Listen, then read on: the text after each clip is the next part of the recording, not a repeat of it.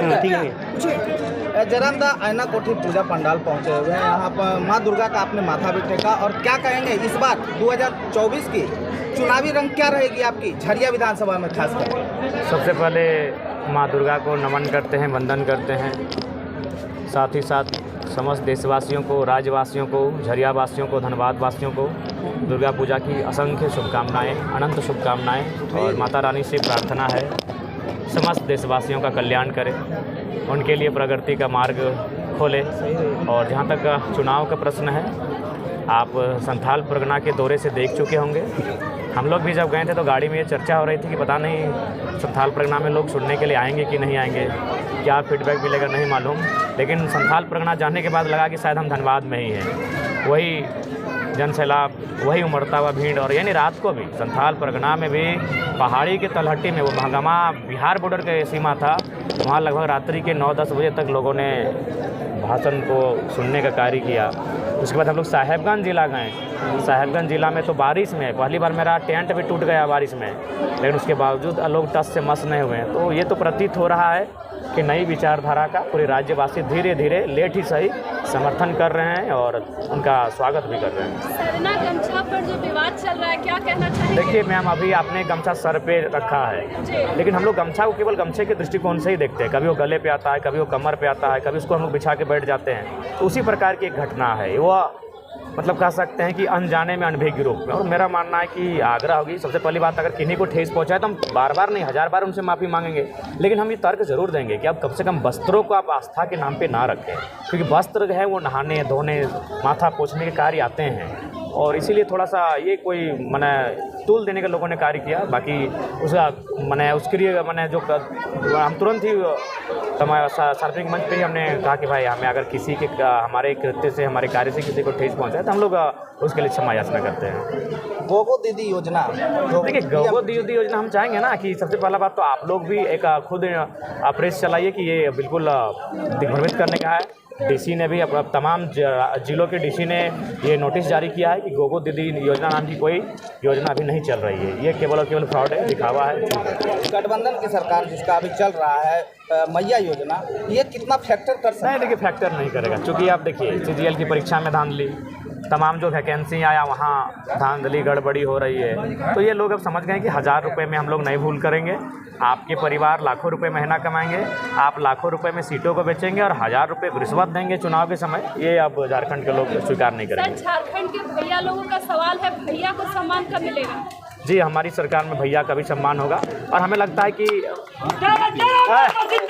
कहाँ नारा लगाना चाहिए, आइडिया होना चाहिए ना। आप लोग काहे ऐसा करते हैं? नारा का एक जगह होता है। अभी हम लोग माता के दर्शन करने के लिए आए हैं, इसीलिए आपसे आग्रह हो किसी प्रकार की नारेबाजी ना करें। देखिए, जहाँ तक आपने पूछा भैया सम्मान, मेरा भी मानना है कि मैया का असल सम्मान उसके भैया के सम्मान में है। मैया का असल सम्मान उसके बेटे के सम्मान में है। मैया का असल सम्मान उसके परिवार के लोगों के सम्मान में है। तो 1000 रुपये से बेहतर है 15,000 से 25,000 तक, चाहे कॉन्ट्रैक्ट बेसिस पर, आउटसोर्सिंग के माध्यम से, या फिर प्राइवेट पब्लिक सेक्टर में या गवर्नमेंट सेक्टर में रोजगार कैसे लगे, इस पर सरकार को काम करना चाहिए। और हम लोग आते हैं तो इस दिशा में काम करेंगे। सर, एक सवाल, बचपन में दुर्गा पूजा की कुछ यादें अगर आप तो जरूर साझा करें। जी जी, बहुत यादें हैं। बचपन बड़ा नटखट था। याद है कि विशेषकर जो बंदूक आता था जो टीना का, उस बंदूक को लेने के लिए रोड में सो जाते थे, लेट जाते थे।